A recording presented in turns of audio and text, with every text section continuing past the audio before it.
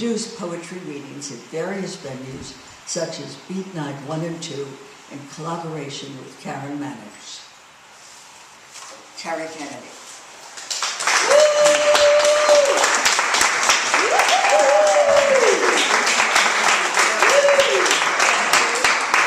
Thank you, Sylvia. Thank you all for coming. I know many of you broke away from hectic summer schedules to be here, including Philip Appelman, Grace Schulman, Steve Cedering, Mark Doty, Billy Collins, Fran Caston, Janice Bishop, many, many. And so I am honored to share their lectern, especially since I am not a much published poet, nor am I a particularly prolific one. But from time to lengthy time, I bear the pain to write a poem. From thought to thought, word to word, tear to tear. Thought to word to tear, and back again. From time to lengthy time, I bear the pain. I write a poem.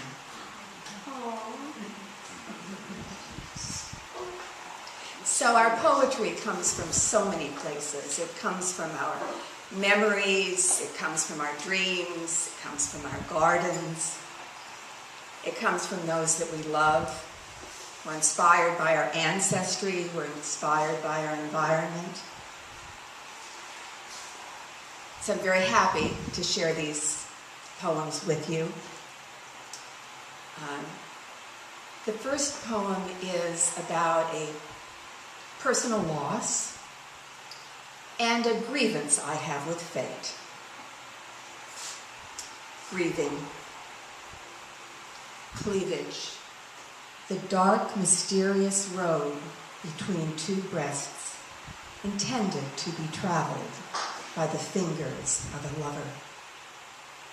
Cleavage, an accessory such as diamond earrings worn for elegant evenings.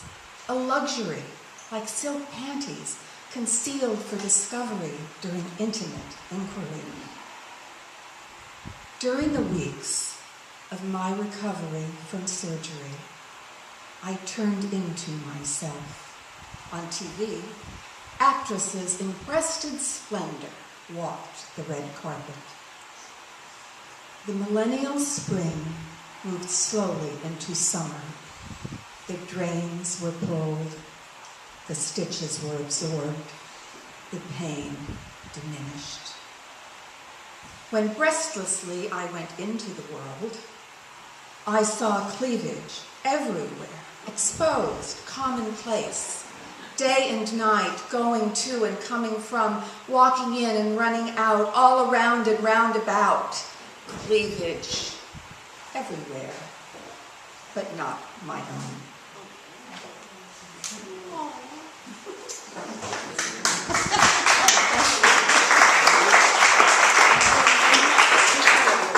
This next poem in 4 parts is dedicated to my maternal grandmother, Marjorie, who was with us for 99 amazing years.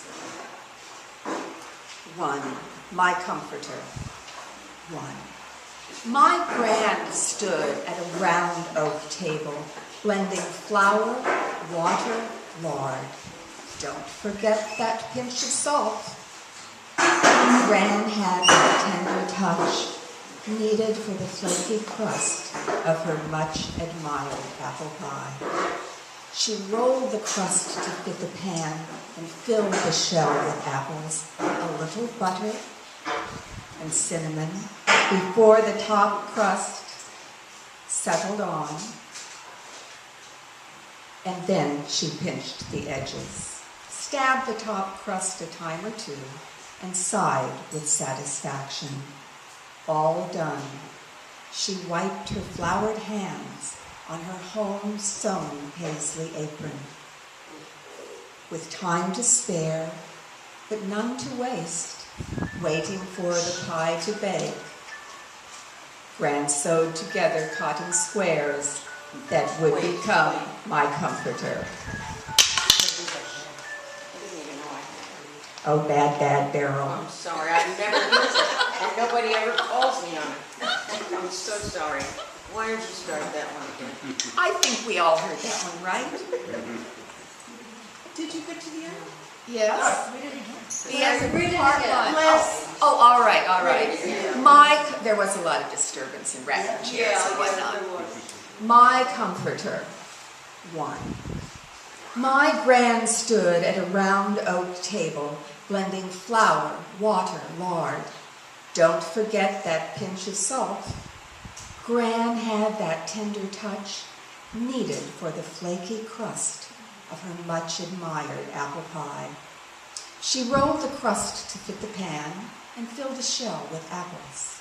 A little butter and cinnamon before the top crust settled on, and then she pinched the edges, stabbed the top crust a time or two, and sighed with satisfaction. All done, she wiped her floured hands on her home-sewn paisley apron. With time to spare, but none to waste, waiting for the pie to bake, Gran sewed together cotton squares that would become my comforter. But more than art. Golden Adele. Gustav Klimt painted Golden Adele when she was 23, a beauty wrapped in fantasy of gold upon gold upon gold. Klimt painted her dress with eyes and bees and pyramids. The master painted that lovely privileged face and each long, elegant arm, hand-bending hand. Adele Bloch-Bauer adorned her mansion wall long after her early death. For 30 years, she ruled that wall as queen, until the day the Nazis came with clipboards and cartons and goons.